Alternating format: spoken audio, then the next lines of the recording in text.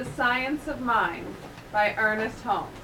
Chapter 6, Man's Relationship to the Spiritual Universe, Part 2. Unity. Our teaching is that man actually has a body, that he actually has a subjective life, and that he actually is a spirit. Body, soul, and spirit represent a point where individuality is accentuated in universality. It is only through this conception that we can arrive at a consciousness of the unity of the whole. In other words, if I have one mind and you have one mind and God has another mind, three separate minds, I cannot talk with you and you cannot talk with God. If your mind and my mind were not the same mind, we would have no way by which to communicate with each other. Thus we are forced to the conclusion that there is but one mind. Each individual, however, is a unique variation in the universe. No two people are alike, and yet all people are rooted in that which is identical. We recognize, then, in man's self-knowing mind his unity with the whole. For while a drop of water is not the ocean, yet it does contain within itself all the attributes of the limitless deep. Man's self-knowing mind is the instrument which perceives reality and cognizes or realizes truth. All illumination, inspiration, and realization must come through the self-knowing mind in order to manifest in man. Vision, intuition, and revelation proclaim themselves through man's self-knowing mind. And the saints and sages, the saviors and Christs, the prophets and seers, the wise and learned, have all consciously perceived and proclaimed this fact. Every evidence of human experience, all acts of kindness and mercy, have interpreted themselves through man's self-knowing mind. All that we consciously know, say, or think, feel or believe, hope or long for, fear or doubt, is some reaction of the self-knowing mind. Subjective memories we have, and unexpressed emotions we feel, but to the self-knowing mind alone comes realization. Without this capacity to consciously know, man would not exist as an expressed being, and so far as we are concerned, would not exist at all. The self-knowing mind of man proclaims itself in every thought, deed, or act, and is truly the only guarantee of his divinity. It is his unity with the whole, or God, on the conscious side of life, and is an absolute guarantee that he is a center of God consciousness in this vast whole. We will say then that in spirit man is one with God. But what of the great law of the universe? If we are really one with the whole, we must be one with the law of the whole, as well as one with the spirit. Again, psychology has determined the fact to be more than fancy. The characteristics of the subconscious mind of man determine his subjective unity with the universe of life, law, and action. In the subjective mind of man, we find a law obeying his word, the servant of his spirit, the mental law of his being, the creative factor within him. This is our individual use of that greater subjective mind of the universe, which is the seat of all law and action. Marvelous as this concept may be, it is none the less true that man has at his disposal, in what he calls his subjective mind, a power which is limitless. Man's thought becomes the law of his life, through the one great law of all life. There are not two subjective minds. There is but one subjective mind, and what we call our subjective mind is really the use we are making of this one law. Each individual maintains his identity in law through his personal use of law, and each is drawing from life what he thinks into it. To learn how to think is to learn how to live. Man, by thinking, can bring into his experience whatever he desires, if he thinks correctly. This is not done by holding thoughts, but by knowing the truth. There is a vast difference, a difference which far too realize. Modern science tends toward a teaching of unity, tends to resolve the material universe into a physical universe, and the physical universe into energy. This tendency of modern thought is to return, by the route of inductive science, to the great spiritual deductions of the ages, that all is one. But men are still puzzled, trying to reconcile the world of multiplicity, the objective world of many things, to their belief in the final necessity of unity. Every great spiritual teacher has known that God is one, not two. They have also known that evil exists in the world. What we mean by evil is apparent limitation, poverty, sickness, death, and what we call sin, which is nothing more than a mistake. How are we going to reconcile suffering and lack with the goodness of God? The difficulty is solved when we realize that all creation is an effect. It is real enough, as real as it is supposed to be. As you look about you, the mountain is a mountain, and the molehill is a molehill. The dust storm is a dust storm. But they are all effects. As you enter your garden and observe the bamboo tree, the grapefruit, and the many other variations of form, you see each is rooted in the one creative soil, and each is individualizing out of this creative soil that which is unique. The type maintains its integrity always. We observe in creation an atomic intelligence, then a simple consciousness, after which comes a personal consciousness, then a cosmic consciousness. These variations of consciousness are definitely defined and accepted by most investigators. As we watch the transition from the atomic to the simple intelligence, from the simple to the personal, from the personal to the cosmic, we find that we are merely going up a scale of unity. The spirit is not something apart from matter, so-called, but is something working through matter. The potential possibility of what we call the highest and the lowest is inherent in everything. They are not different things. They are the same thing functioning at different levels. It is neither low here nor low there, for behold, the kingdom of God is within. There are different mental depths and heights from which we may look out upon life.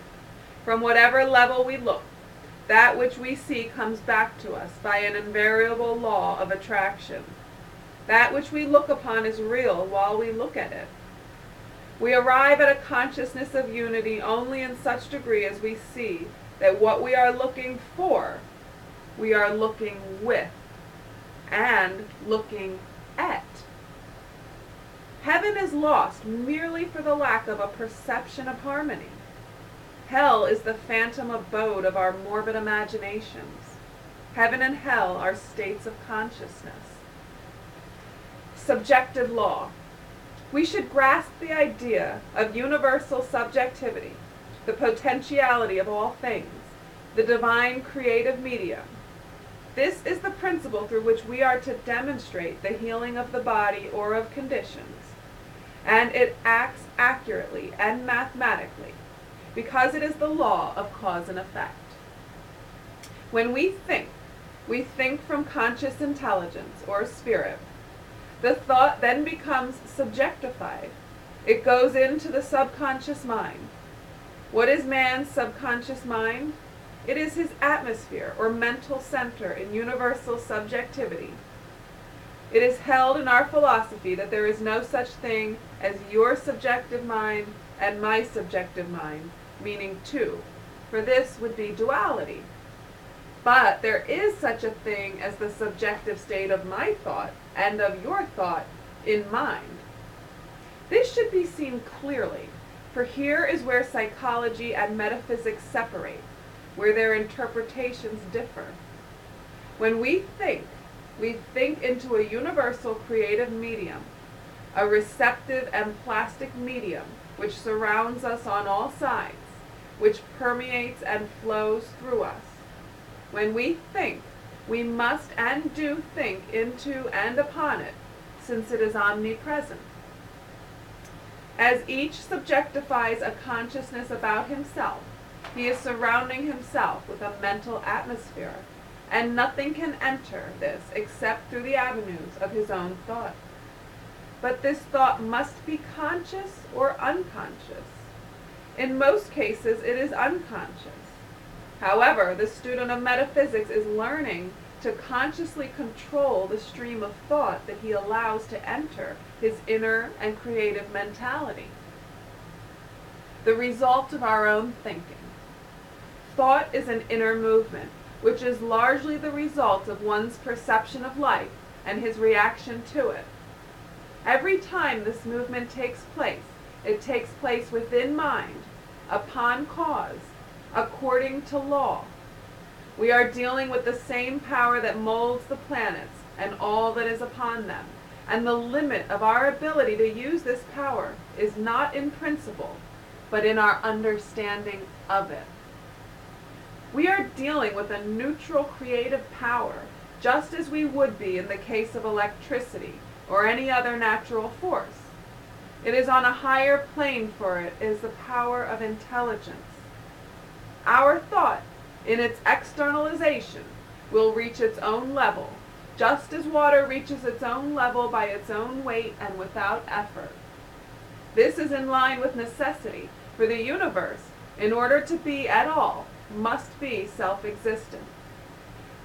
By the self-existence of the universe is meant a universe which is its own reason for being, a universe which exists by virtue of itself being all.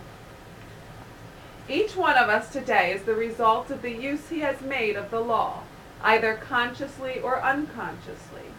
As soon as we realize this, we shall see that we are now, or what we have now and experience, is the result of what we have thought. And the answer to what we shall be is contained in what we are now thinking. For we can change our thinking. Man thinks and supposes that he lets go of those thoughts, that he is finished with them. But such is not the case, for thought becomes subjectified in mind, like a seed planted in the soil, and unless neutralized, it stays there and determines the attraction and repulsion in the experience of the one thinking. There is a constant action on the subjective side of life, and it is the unconscious process which decides what is going to happen in the outer experience. Whatever we think, act, believe in, feel, visualize, vision, image, read, and talk about, in fact, all processes which affect or impress us at all, are going into the subjective state of our thought, which is our individualized use of universal mind. Whatever goes into the subjective state of our thought tends to return again as some condition. So we and we alone control our destiny. Law is mind in action. There is one infinite life acting through law, and this law is mental. Law is mind in action.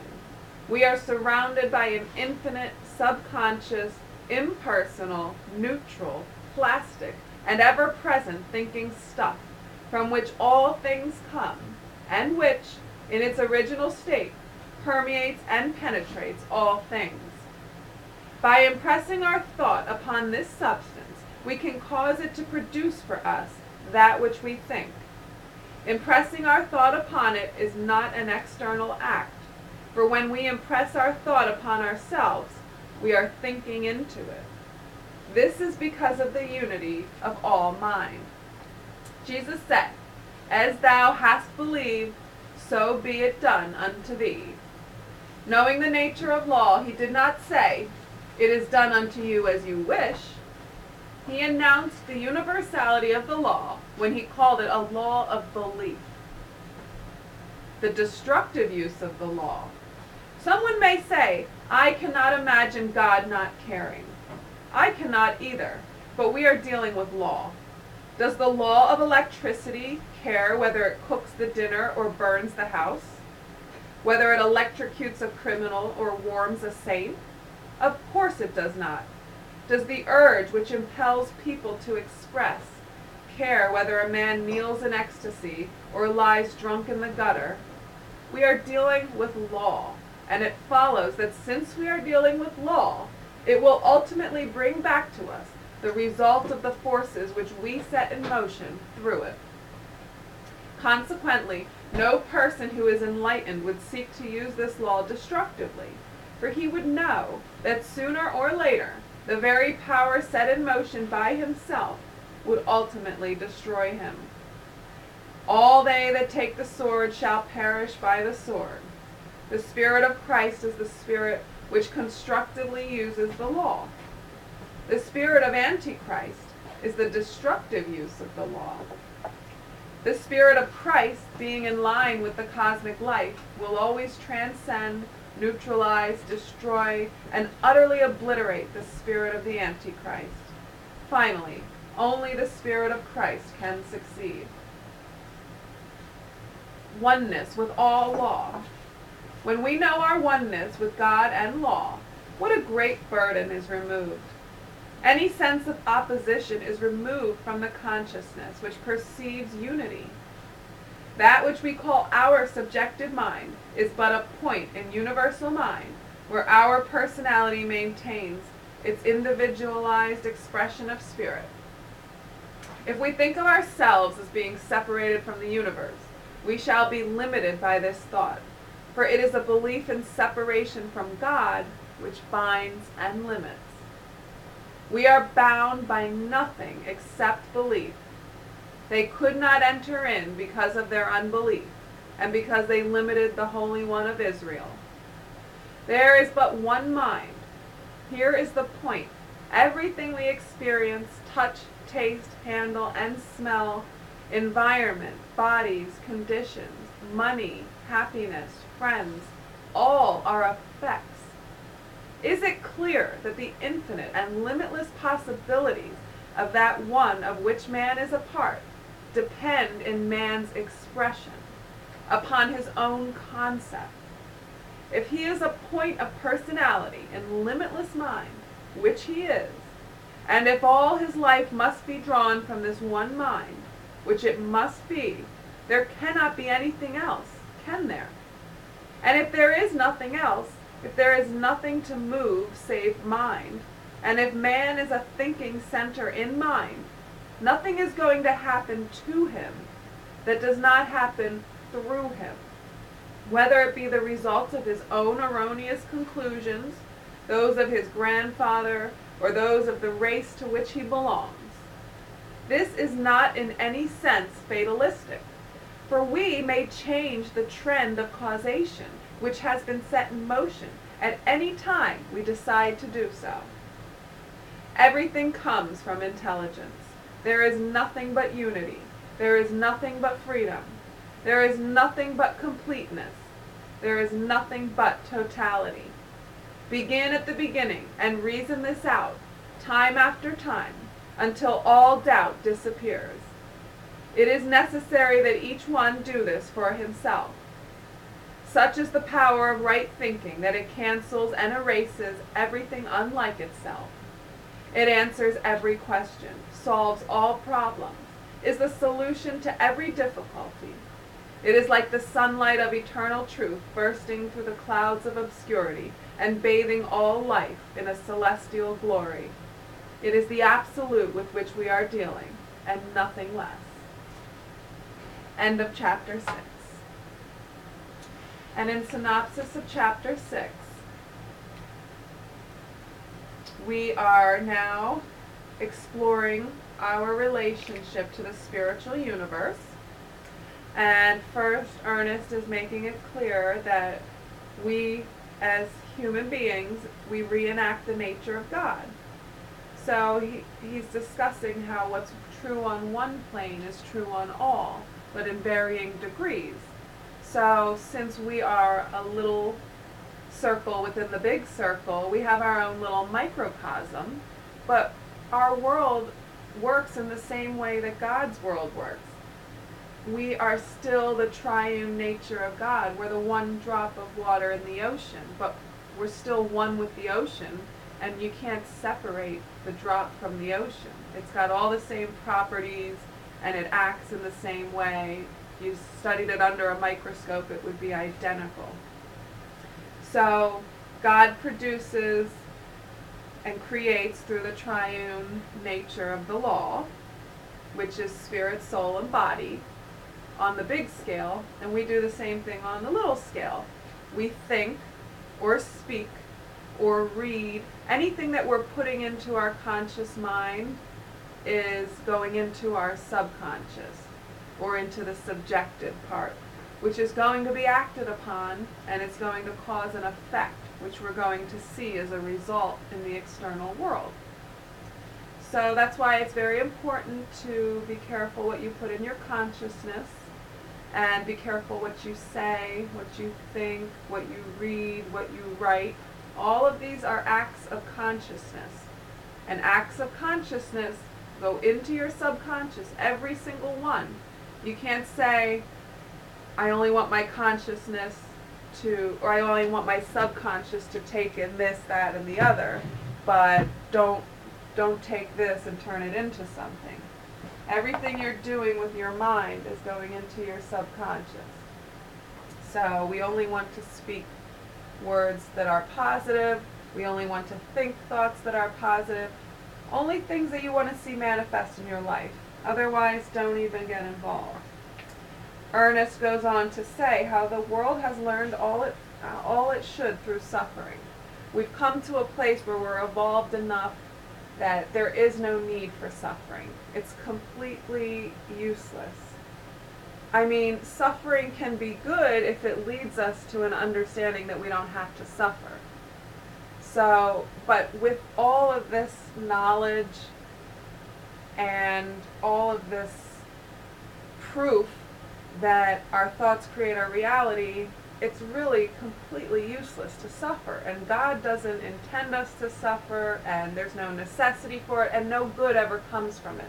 I think that a lot of people have like a misconception that if they suffer, they're somehow like helping someone else, or if they're gonna martyr themselves and suffer through this discomfort so that, you know, they think that it's gonna cause something good. But it can't. Only good can produce good. Suffering can never produce good. So let's just forget the idea of suffering. It has no place in society anymore. It's such an old, antiquated idea, and it produces nothing but more suffering. Ernest goes on to discuss freedom or bondage. It's the same law. It's how you use the law. If you are going to poison yourself with bad ideas and believe horrible things, then you're going to be in bondage. If you're going to liberate your mind by believing the truth, you're going to have a free and joyous and happy life. But it's not like there's two powers. There's not a good and an evil power. There's only one power, but it's how do you use it. It's going to be specialized through your consciousness. So never believe that there are two powers. There's only one power, and it's how you use it. It's very important to remember that. Punishment and reward. He talks about how sin is its own punishment, and sin is nothing more than a mistake. If you make a mistake and you do something, there's going to be a consequence. Not because God sends punishment, but because of the law of cause and effect. And in the same way, righteousness is its own reward. If you live according to the principles of truth, then you're going to be rewarded with a beautiful and happy life. But it's not because God likes you more than another person. It's because you've specialized the law to work for you in a positive way. It's the same power. Again, it's not two powers. It's one power, and it's coming through you. It doesn't come to you from somewhere outside of yourself. It has to come through your own conscious awareness. That's how the power works. We have spirit, soul, and body. So we're remembering that there's a triune nature that's always going on. This is the act of creation, spirit, soul, and body. And we're remembering that since there's only one mind, we're all one on the subjective side of life, which means the subconscious. So that's why if I were to give a treatment for somebody else, that treatment could then manifest for them because their mind isn't isolated from my mind. Just think of it as this giant pool of water, and we're all in this big pool of water. We're all separated, but not. We're all connected, and the thoughts can flow freely through the pool of water, from me to someone else, from someone else to me. So it's important to really try and just grasp this idea of the one mind. It can take a while to sink in, but when it does, it's the only thing that makes sense, because if we all had isolated minds, there would be no way to communicate. What would the medium be? So you can think about that, meditate on the one mind, let it really sink in. We know the word is the starting point of all creation, and that you have volition. You have 100% free will. Nobody can think thoughts for you. Nobody can speak words for you. However, when we come into the world, there's this thing called race consciousness, which is the overall beliefs of the collective mind. Since there's only one mind, if the majority of people believe in sin, sickness, death, and suffering, we sort of are going to be automatically programmed to think that way. We become automatically programmed to think the way our parents think. And most of our parents didn't have access to this kind of knowledge, and they didn't understand the laws of truth. So almost everybody is going to have to break away from the race consciousness way of thinking.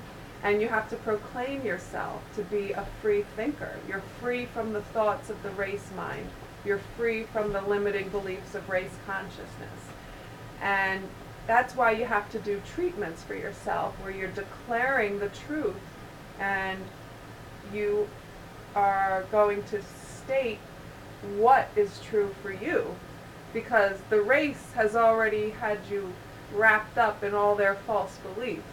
So by becoming an independent thinker, you're breaking away from the race mind. Now, it doesn't mean that you're still not one with them, but they're operating at a lower plane of existence. Remember, Jesus said, "In my Father's house are many mansions." That means there's many levels of consciousness, many planes of existence.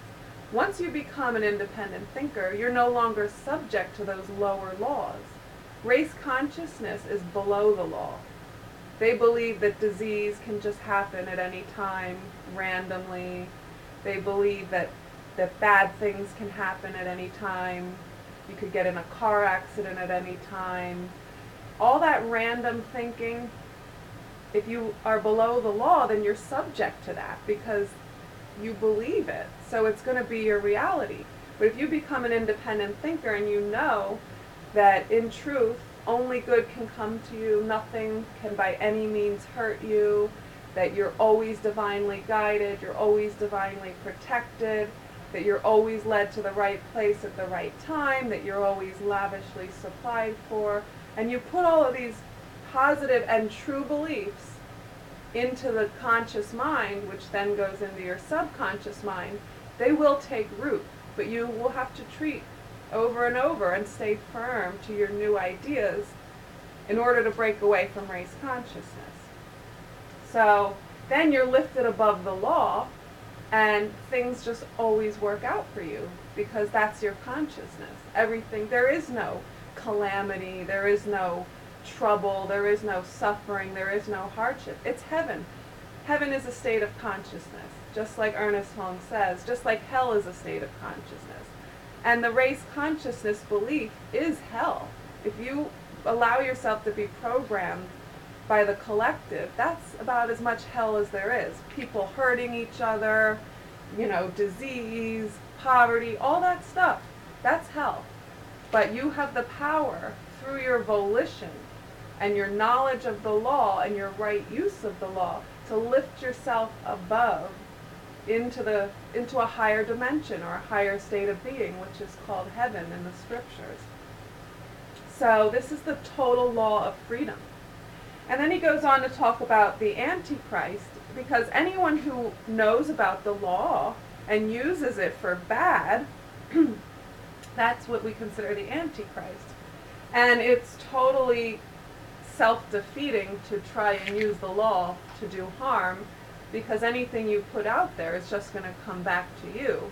So it wouldn't make any sense for anyone to try and go against the law.